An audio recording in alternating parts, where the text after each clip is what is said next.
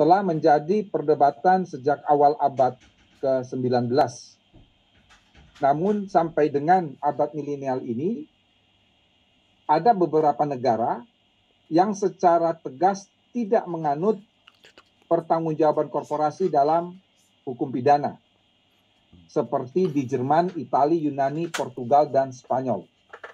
Artinya negara-negara itu memiliki kesamaan sistem dengan kita sebagai Eropa kontinental sistem, namun dia tidak mengenal pertanggungjawaban pidana korporasi. Jadi Jerman, Italia, Yunani, Portugal, dan Spanyol. Mengapa demikian? Karena negara-negara ini berpegang teguh pada dua doktrin yang dikemukakan oleh von Savigny dan Maud Blanc. Pertama adalah Universitas Deliquere non Potest, bahwa korporasi tidak dapat dipidana, dan kedua adalah Societas Deliquere non Potest, korporasi tidak mungkin melakukan tindak pidana. Di negara-negara tersebut, pertanggungjawaban korporasi hanya dikenal dalam lapangan hukum perdata dan hukum administrasi. Nah, kita yang boleh dikatakan sebagai anak kandung hukum pidana Belanda mengadopsi pertanggungjawaban pidana korporasi ini di dalam RUU KUHP. Dalam konteks doktrin, Bapak Ibu, paling tidak kita mengenal ada 5 teori yang berkaitan dengan pertanggungjawaban korporasi. Pertama, yang disebut dengan istilah teori identifikasi, yang menyatakan bahwa suatu korporasi dapat melakukan kejahatan melalui individu yang bertindak untuk dan atas nama korporasi, yang memiliki posisi tinggi atau memainkan suatu fungsi kunci dalam pengambilan keputusan korporasi. Teori ini juga disebut dengan istilah alter ego. Yang kedua yang kita sebut dengan istilah vicarious liability, yang menyatakan bahwa seseorang dapat bertanggung jawab atas perbuatan pidana yang dilakukan oleh orang lain. Dalam konteks korporasi, pertanggungjawaban pidana dibebankan kepada pengurus korporasi sebagai agen dari korporasi tersebut. Dalam perkembangan, vicarious liability ini kemudian ada derivatnya. Yang satu dikenal dengan istilah absolute liability, dan yang kedua yang dikenal dengan istilah strict liability. Absolute liability ini tidak diperlukan adanya kesalahan atau mens rea. Jadi ini biasanya terjadi pada delik-delik lingkungan. Jadi begitu terjadi pencemaran, cukup membuktikan adanya pencemaran, tidak perlu bentuk kesalahan apakah itu kealpaan atau kesengajaan. Jadi tanpa ada suatu mens rea, maka tetap dimintakan pertanggungjawaban yang kita kenal dengan istilah absolute liability. Dan yang kedua adalah strict liability, mensyaratkan pembuktian bahwa terdakwa melakukan perbuatan yang diragukan. Artinya apa? Terdakwa berhak untuk dilakukan due diligence berkaitan dengan kasus tersebut. Yang ketiga di dalam konteks teori yang kita kenal dengan istilah teori delegasi, yang menyatakan bahwa pertanggungjawaban pidana diletakkan kepada orang yang oleh direksi diberi delegasi untuk melaksanakan kewenangan korporasi. Teori delegasi ini boleh dikatakan sebagai middle way, jalan tengah, win-win ya, dari teori identifikasi yang terlalu sempit dan teori vicarious liability yang terlalu luas. Konstruksi delegasi di dalam pertanggungjawaban korporasi ini sebenarnya adalah teori delegasi yang kita kenal dalam hukum administrasi. Yang keempat adalah teori agregasi yang menyatakan bahwa pertanggungjawaban pidana dapat dibebankan kepada korporasi jika perbuatan tersebut dilakukan sejumlah orang yang memenuhi unsur delik, yang mana antara satu dengan yang lain saling terkait dan tidak berdiri sendiri.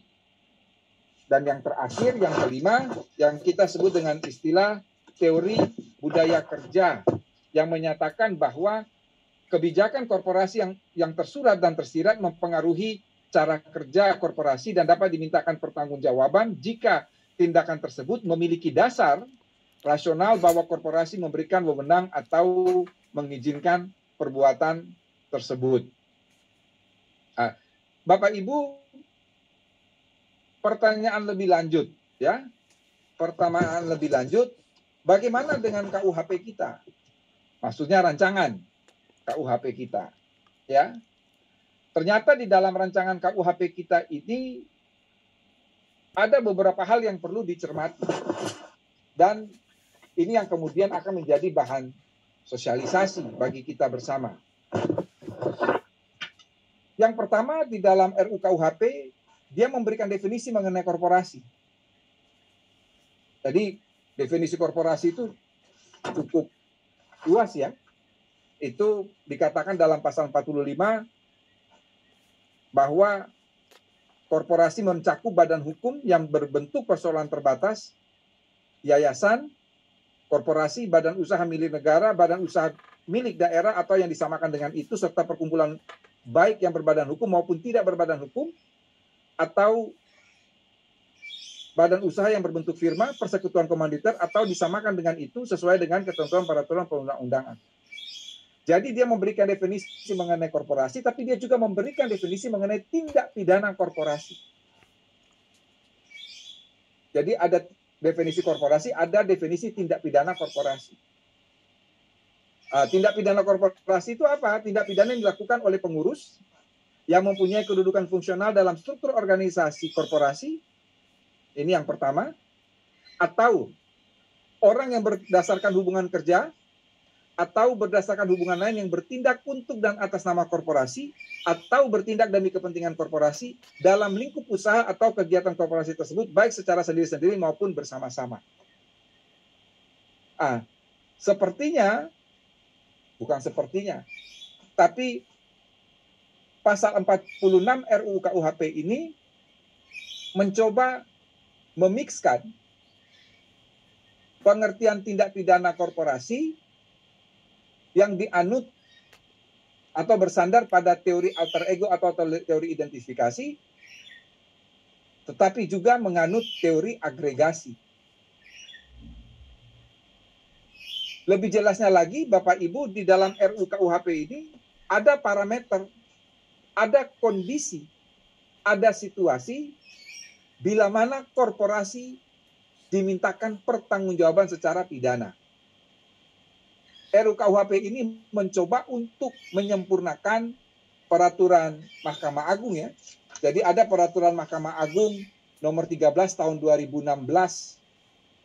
mengenai pertanggungjawaban korporasi.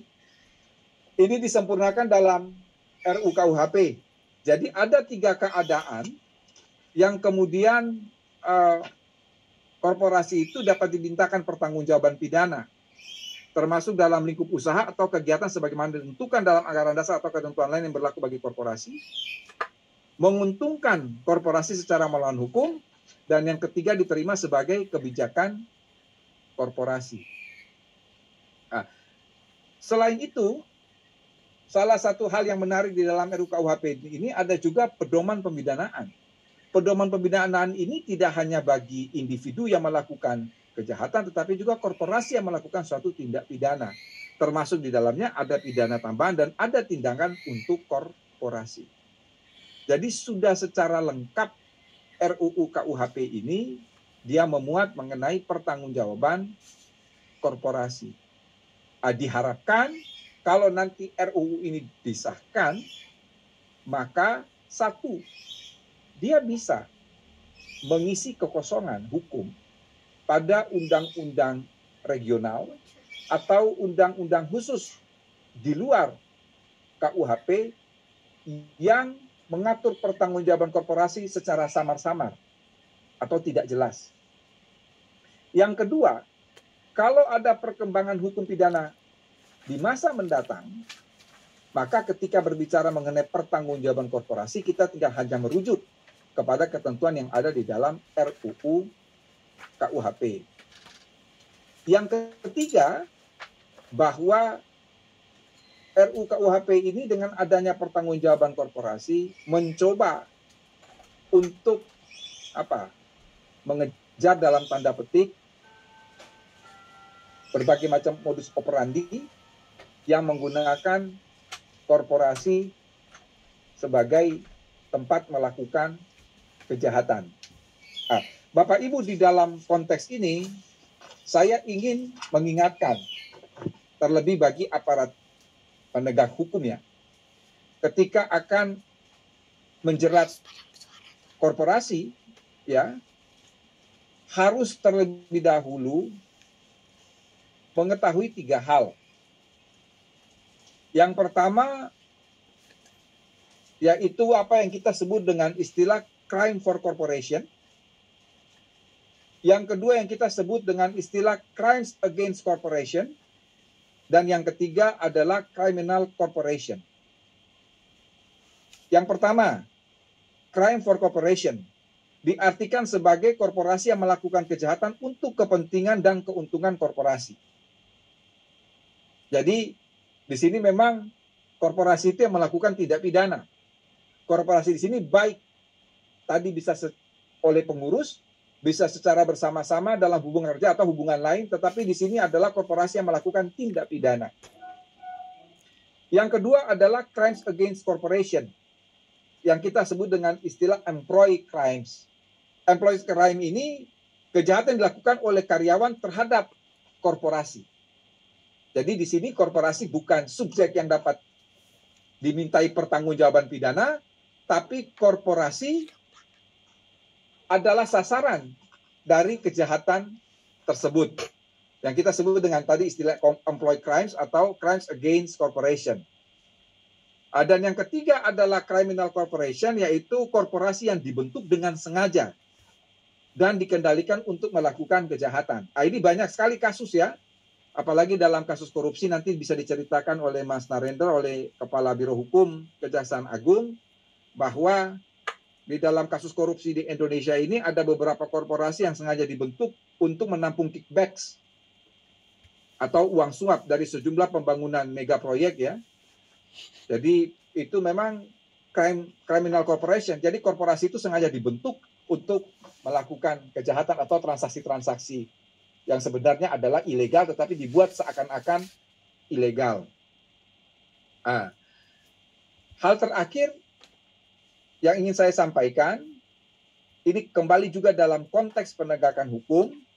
Kalau nanti sudah disahkan RUU ini, maka menjadi suatu minderheit nota, menjadi suatu catatan penting bagi Polri, Kejaksaan, ya Polri, Kejaksaan dan KPK dalam konteks menjerat korporasi yang telah melakukan tindak pidana korupsi.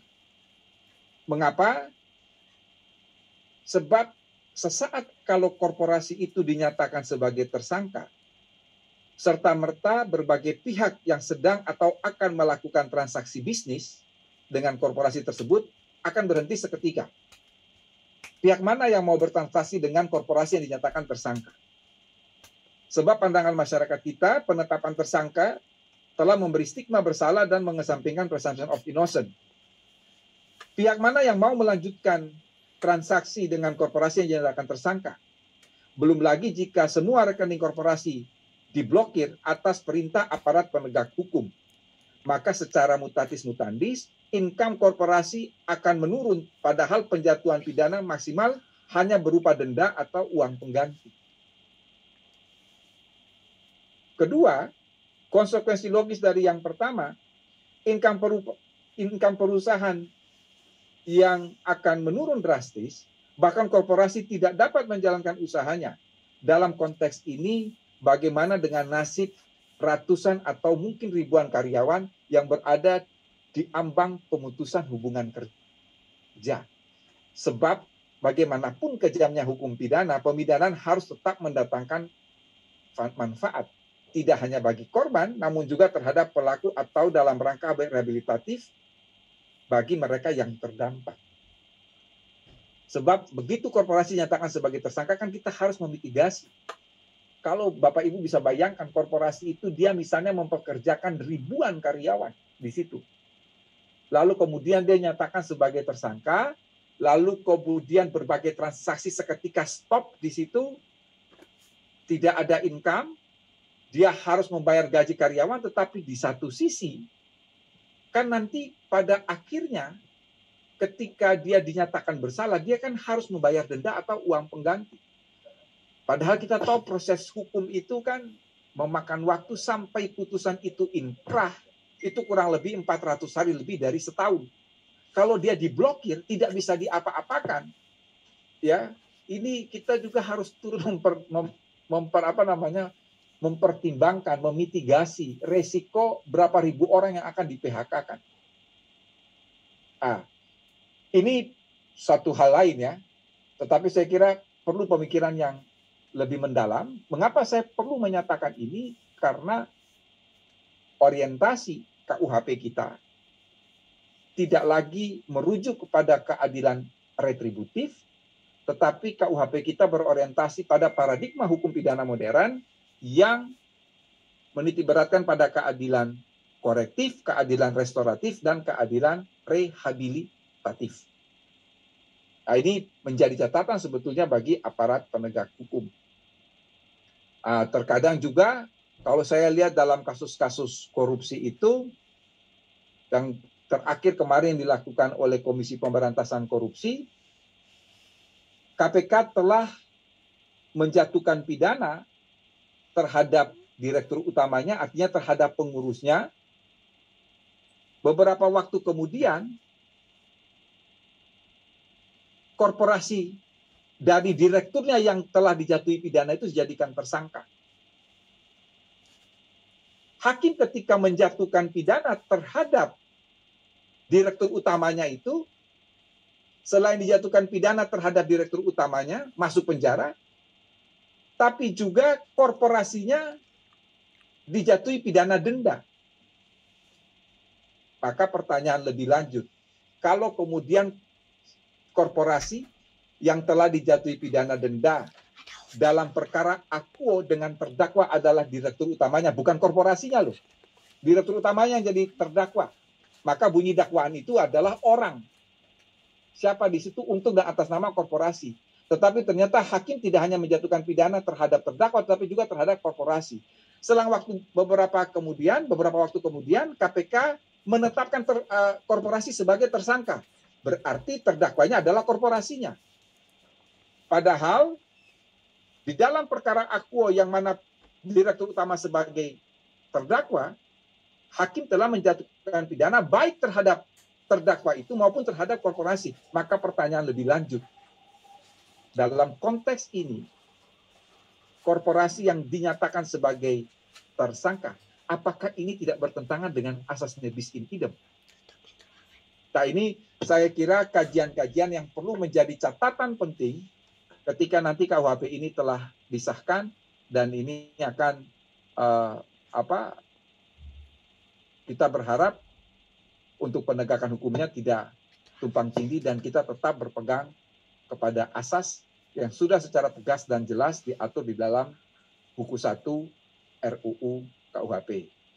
Pak Rektor atau yang mewakili, Bu Dekan ya, Ibu Yenti, Dr. Yenti yang saya hormati dan saya banggakan. Kemudian Mas Narendra dari Biro Hukum Kejaksaan Agung akan memperkaya diskusi kita pada pagi menjelang siang. Kurang dan lebihnya saya mohon maaf. Billahi taufiq wal hidayah. Wassalamualaikum warahmatullahi wabarakatuh. Om Santi Santi Santi Om. Saya kembalikan kepada moderator.